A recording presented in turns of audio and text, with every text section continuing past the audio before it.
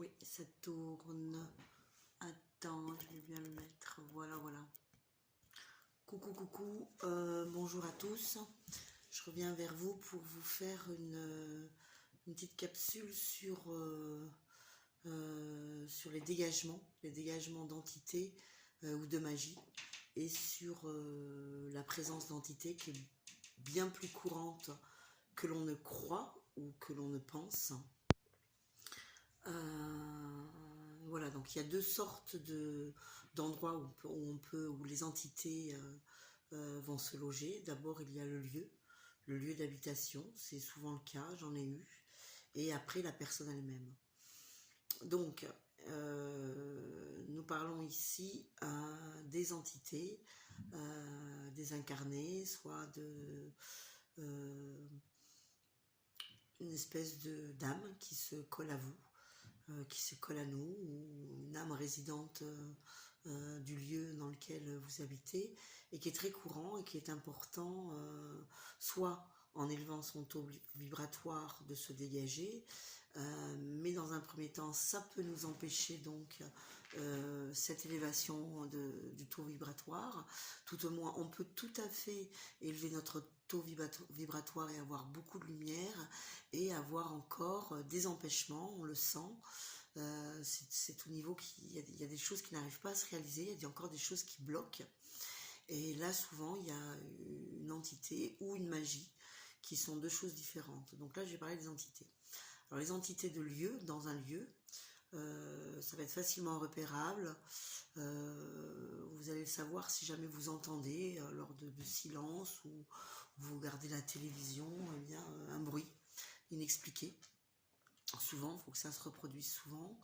Il y a aussi des lumières qui peuvent s'éteindre, la télé qui peut s'éteindre ou qui fait n'importe quoi, des appareils ménagers ou l'ordinateur qui peut se mettre en marche ou bien s'éteindre. Qu'est-ce qu'il y a d'autre? Des objets qui disparaissent ou qui apparaissent. Voilà, voilà à peu près pour quand il y a une entité dans la maison. Bon, ça c'est une chose. Deuxième chose, l'entité peut être sur nous. Alors, la plus facile façon de la détecter, c'est une très grande fatigue, un besoin irrépressible de dormir, et beaucoup de fatigue, quoi.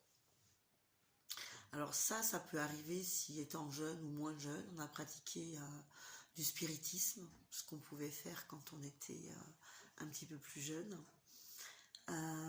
Donc fatigue, il peut y avoir des cauchemars réguliers, plus ou moins gore.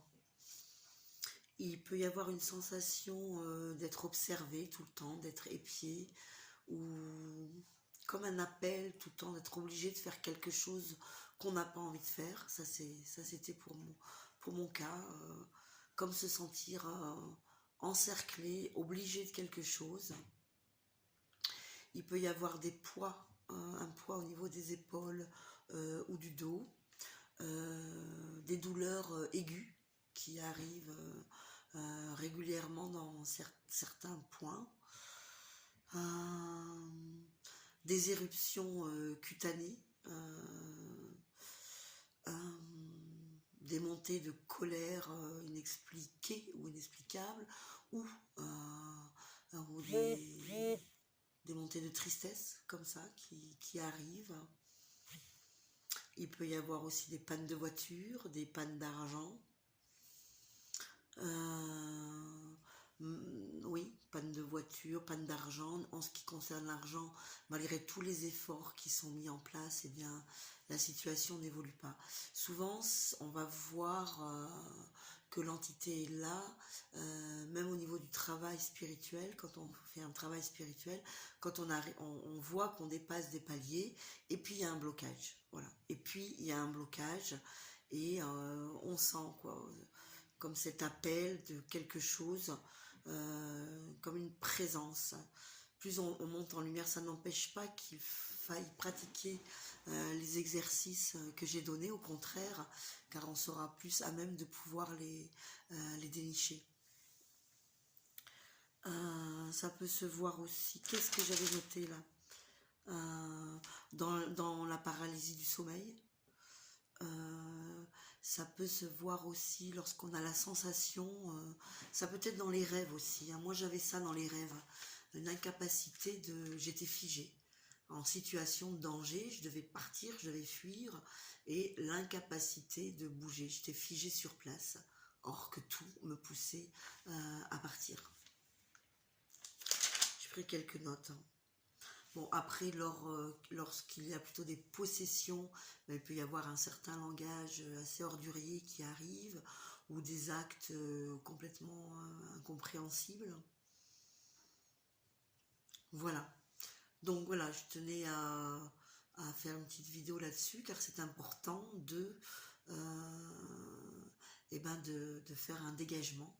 Et ça peut être plus ou moins long, l'entité peut être là depuis plus ou moins longtemps, surtout que nous avons tendance à la nourrir, hein. Donc, aïe aïe aïe.